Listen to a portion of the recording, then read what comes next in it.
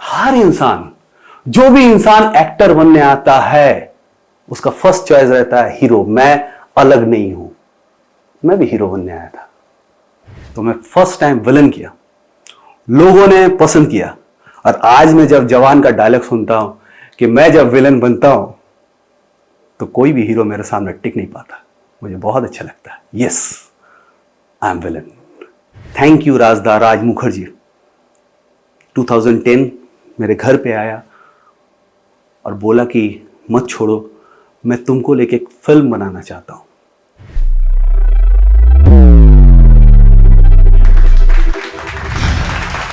नमस्ते, आदाब, अस्सलाम वालेकुम। आप लोगों में से कुछ लोग मुझे जानते हैं, कुछ लोग मुझे नहीं जानते हैं। मैं कैस कलीम आज वीट टॉक्स के प्लेटफॉर्म से आप लोगों को मैं अपने बारे में कुछ जिंदगी के उतार चढ़ाव बोलने आया हूं। ये स्ट्रगल कह सकते हैं या सक्सेस कह सकते हैं, कुछ भी कह सकते हैं, लेकिन मैं कहता हूं इट्स अ जर्नी। जर्नी क्योंकि हर एक इंसान का स्ट्रगल अलग अलग होता है। किसी का स्ट्रगल बहुत ज्यादा होता है, किसी का स्ट्रगल बहुत कम होता है। कोई गॉड गिफ्टेड होता है, कोई लकी होता है।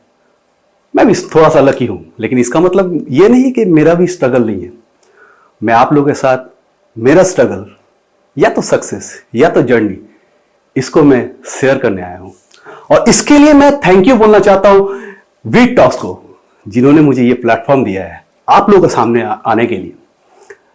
शायद ये भी एक मोड़ होगा जहां से कुछ अचीव कर सकूं, क्योंकि हर इंसान बोलते हैं कि मैं बिजी हूं, मैं बिजी हूं।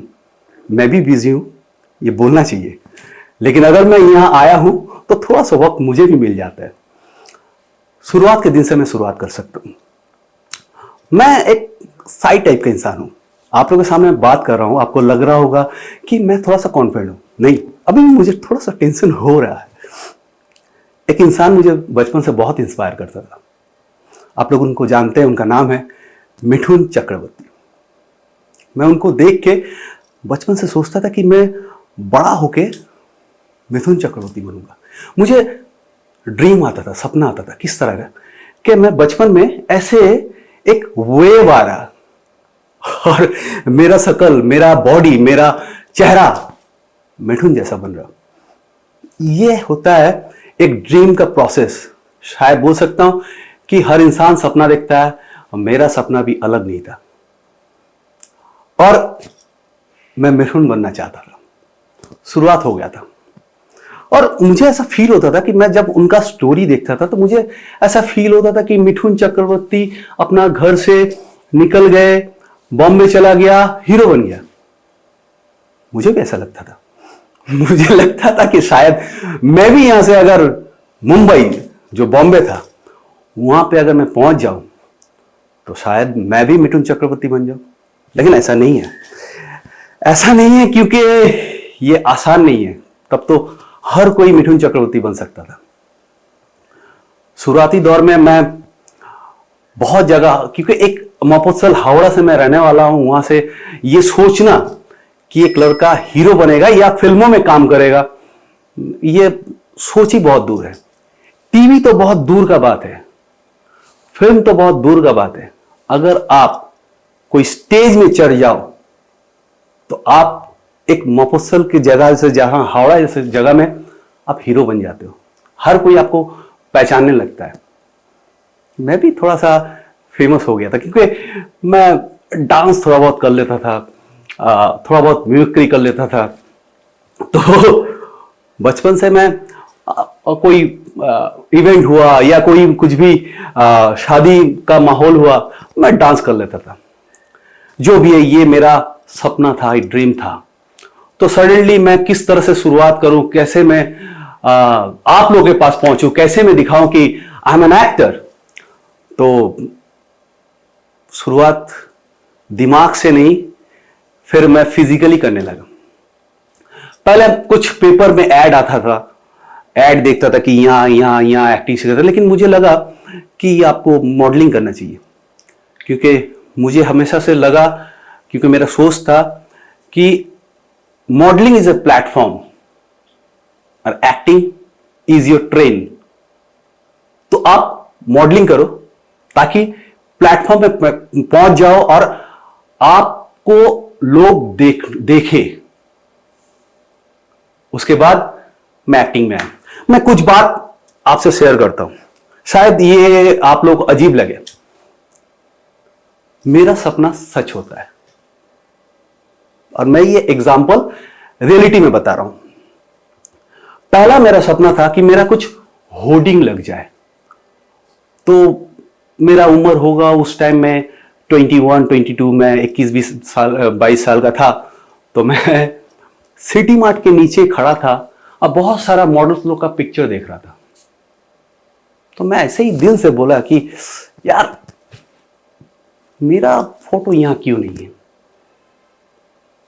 तो कुछ नाम मैं अगर नहीं लूंगा तो बहुत ये होगा। तो उस शायद 1 साल के अंदर मेरे पास कॉल आया, सिटी मार्ट का शूट करना है।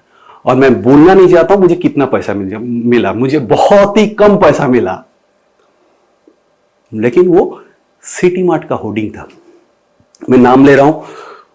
मेरा जर्नी स्टार्ट हो गया था क्योंकि चारों तरफ इट वाज 2006, 2007 बस का पीछे गोरीहाट के मोड़ में चारों तरफ मेरा फोटो लगा हुआ था। यह है मेरा स्टार्ट। आप मुझे लकी कह सकते हो, आप मुझे अचीवर कह सकते हो, या बोल सकते हो कि मेरे अंदर थोड़ा सा टैलेंट था कि मैं अपना सपनों को छूने के लिए उसका पीछे दौड़ता था। मैं पहुंच गया था हर एक जगह। मैं हर इंसान को पहचानने लगा था जो लोग मुझे काम दे सकता है। पहुंचा, रिक्वेस्ट किया, मैं बोला कि I am a model, I want to be an actor, तो आप मुझे काम दो। इस तरह से मेरा जर्नी स्टार्ट हो गया था। लेकिन मेरा भूख खत्म नहीं हुई थी, क्योंकि मुझे मॉडल नहीं बनना था, मुझे बनना था एक्टर। मुझे जैसे ही इधर से फेम मिला, थोड़ा बहुत मिला, मुझे ग्रासिम मिस्टर इंडिया का कॉन्टेस्ट का एक आ गया था कुछ कि आप यहां पार्टिसिपेट करो। अनफॉर्चुनेटली मैं पार्टिसिपेट कर लिया। फिर मैं अपने आप को लकी बोल सकता हूं, या तो बोल सकते हो कि मैं अचीवर हूं, या तो बोल सकते हो कि स्ट्रगल है। मैं ग्रासिम मिस्टर इंडिया कॉन्टेस्ट में HHI में मैं इंटरव्यू देने गया था। मैं सबसे फर्स्ट बंदा था जो सबसे पहले पहुंचा हुआ था। मेरा हाइट 6 फीट एंड हाफ। मुझे लगा कि मुझे कोई तोड़ नहीं सकता। जैसे जैसे एक एक बंदा आने लगा, मुझे लगा तो या मेरा कुछ नहीं होने वाला। बाबू निकल, बोरिया बिस्तर बांध, या कुछ नहीं होने वाला। लेकिन बैठे हुए थे, देख रहे थे, तो अपने अंदर एक चल रहा था कि मैं ऐसा क्या करूं जिसमें कम से कम मुझे जज जो है मुझे सिलेक्ट कर ले। मेरे अंदर ना कोई भी टैलेंट उस वक्त था कि नहीं था मुझे पता नहीं था, लेकिन मेरे अंदर ना एक खूबी था, मैं मिमिक्री करता था। तो मैंने कुछ एक्टरों का मिमिक्री किया। सो सडनली पूरा ऑडियंस अट्रैक्ट हो गया कि ये बंदा मिमिक्री करता है। मेरा सिलेक्शन हो गया था। 2005 ग्रासिम स्टेट कॉन्टेस्ट में मैं टॉप 5 में गया। कलकत्ता से मैंने अचीव किया। उसके बाद ना मुझे चस्का लग गया था बॉम्बे का। मुंबई पहुंचा, सपनों का शहर बोल सकते हो, सारे दोस्त मिला। मैं इधर उधर जाने लगा, स्ट्रगल करने लगा, दरवाजे दरवाजे घूमने लगा। कुछ हो नहीं पा रहा था। अजीब सा एक सिचुएशन था, कुछ नहीं हो पा रहा था। उस दौरान मैंने क्रिएटिंग कैरेक्टर से मैंने एक्टिंग का कोर्स किया, ऑडिशन देने लगे, कुछ बात करने लगे, लेकिन कुछ नहीं हो रहा था। सडनली मुझे स्टार प्लस के लिए एक सीरियल का ऑफर आया, चेहरा उसका नाम है। 2008 करने लगा मैं, लेकिन बहुत छोटा सा कैरेक्टर था। मुझे मजा नहीं आ रहा था क्योंकि मुझे कुछ और चाहिए था। मेरा भूख वो छोटा में से नहीं हो रहा था। और कुछ हद तक आप लोग बोल सकते हो कि मैं फ्रस्ट्रेट हो गया था। वो स्ट्रगल मुझे मजा नहीं आ रहा था क्योंकि मुझे मां का हाथ का खाना चाहिए था। मुझे घर में रह के स्ट्रगल करना था। मेरा माँ बाप घर में हमेशा बोलता था कि if you have some talent, अगर आप के अंदर वो बात है तो आप कहीं से भी कर सकते हो। इस दौरान मेरे घर में एक प्रॉब्लम हो गई। मेरा एक छोटा भाई था जो मुझे हमेशा पीछे से बैकअप करता था। वो बोला था कि मैं यहाँ कलकत्ता में हूं, तुम अपना सपना पूरा करो, मैं यहाँ संभाल लूंगा। That was the bad face is 2010, 27 अप्रैल मेरा भाई का सडन डेथ हो गया था। तो सेरेब्रल अटैक। तो मैं सोच लिया था कि शायद अब मुझे ये सब छोड़ देना चाहिए, मुझे शायद इंडस्ट्री छोड़कर पापा के साथ रहना चाहिए, क्योंकि घर में माहौल ऐसा बन गया था। Unfortunately, even thank you Raj Mukherjee 2010 मेरे घर पे आया और बोला कि मत छोड़ो, मैं तुमको लेके एक फिल्म बनाना चाहता हूं, love love love. That was my first picture. Rajda ने मुझे पुल अप किया, उठो पिक्चर करो। वहां से मेरा स्टार्टिंग शुरू हो गया था। उसके बाद स्टार जलसा में स्वयंवर मिला, जिसका नाम अगर मैं आज ना लूं तो गलत होगा, राय सेनगुप्ता। राय दी मुझे, स्वयंवर दिया। स्वयंवर में best personality, most handsome guy मुझे दिया गया। उसके बाद लव लव लव राजदा के साथ 2 और पिक्चर। फिर धीरे धीरे आगे बढ़ने लगा। इस दौरान भी मैं बोलूंगा कि आई एम लकी पर्सन। फिर से मैं बोल रहा हूं कि मेरा सपना सच होता है। इत्तेफाक उस दिन 9 जून 2013, मैं डेट एग्जैक्टली बता रहा हूं, लेक गार्डन्स मोड़ पे एक होर्डिंग लगा हुआ था, मिठुन चक्रवर्ती बिग बॉस का होस्ट है और कुछ चेहरा छुपा हुआ है। कलकत्ता में बिग बॉस हो रहा पहली बार। मैंने सिर्फ अपना मुंह से होर्डिंग देख के बोला कि कलकत्ता में बिग बॉस हो रहा, और मैं नहीं हूं। यू कांट बिलीव, शायद आपको लगे कि मैं झूठ बोल रहा हूं। Within 10 minutes Lake Gardens to Vijaygarh जो डिस्टेंस होता है, मैं बाइक पे जा रहा था, मेरे पास कॉल आया 9 जून। Again thank you Rai Sengupta. मुझे कॉल की, are you free for 3 months? मैंने सोचा कुछ जोक बोला कि रायदी तुम्हें कि আমাকে बिग बॉसेর জন্য বলছো, मतलब आप क्या मुझे बिग बॉस के लिए बोल रही हो? सी सेड यस, आपको मैं बिग बॉस के लिए बोल रहा हूं, आ सकते हो। वो टाइम भी मैं बता रहा हूं, वो टाइम था 1:45 बज रहा था, मतलब 12:45। तो बोला 1 बजे तक आ सकते हो अभिषिक्ता का ऑफिस में। ज्यादा दूर नहीं था। मैंने बोला कि मैं अभी रेडी नहीं हूं, मुझे 1:30 हो जाएगा। तो बोला नो प्रॉब्लम। मैंने ड्रेसअप किया, पहुंच गया। 1:30 बजे से लेकर 3 बजे तक मुझे एक रूम में बैठाया गया था। शायद मेरा पेशेंस चेक कर रहा था या क्या कर रहा था, मुझे पता नहीं। डिस्कस हुआ, बात हुई, पेमेंट का बात हुई, जो मेन चीज है पैसा। सब कुछ होने के बाद मुझे बिग बॉस के लिए सिलेक्ट कर लिया गया। That was the journey. मुझे लगा कि आज के बाद शायद मेरा स्ट्रगल खत्म हो गया। मैं उस वक्त जब मैं फ्लाइट में बैठा था तो मुझे एक डायलॉग याद आ रहा था, आज मैं धुएं की तरह ऊपर और सब राख की तरह नीचे। ये सोच मेरा दिमाग में चल रहा था। मैं उससे पहले भी फ्लाइट में बहुत बार चढ़ा हूं, लेकिन उस दिन मैं फ्लाइट को जिया हूं। मैं हर एक एंगल को देख चुका, कैसे कैसे फ्लाइट उठता है, कैसे मैं विंडो सीट में बैठा हुआ था, क्योंकि मैं उस पल को एंजॉय कर रहा था। मैं फ्लाइट में चढ़ा, अपने पैसे से चढ़ा। First time I feel like a king, कि कोई मुझे लेके जा रहा। मैं जब बॉम्बे पहुंचा, फिर से मेरा ड्रीम सिटी जहां से मैं बैक किया था, मेरे लिए गाड़ी था, मेरा असिस्टेंट था, और फर्स्ट टाइम मुझे कलकत्ता का फिल्म में भी नहीं मिला था, मुझे फर्स्ट टाइम वैनिटी मिला था और मेरा नाम लिखा हुआ था कैस कलीम। मुझे लगा कि आज शायद मैं कुछ अचीव कर लिया। No, it's not a achievement, इसे सर्वाइव। मुझे बाद में समझ आया। जब मैं बिग बॉस से निकल आया तो मुझे लगा कि शायद मुझे अब सोचना नहीं पड़ेगा, शायद मुझे अब किसी से काम नहीं मांगना पड़ेगा। ट्रस्ट मी, मैं लकी नहीं था। अब मुझे स्ट्रगल करना पड़ा, क्योंकि जहां जहां से मुझे काम मिल रहा था सबके लिए एक इंसान सेलिब्रिटी बन गया था। It's a tough. जब आप इंसान हो, किसी के पास जाके आप कुछ मांग सकते हो, लेकिन जब आप कुछ बन जाते हो, हाथ फैलाना बहुत मुश्किल हो जाता है, काम मांगना बहुत मुश्किल हो जाता है।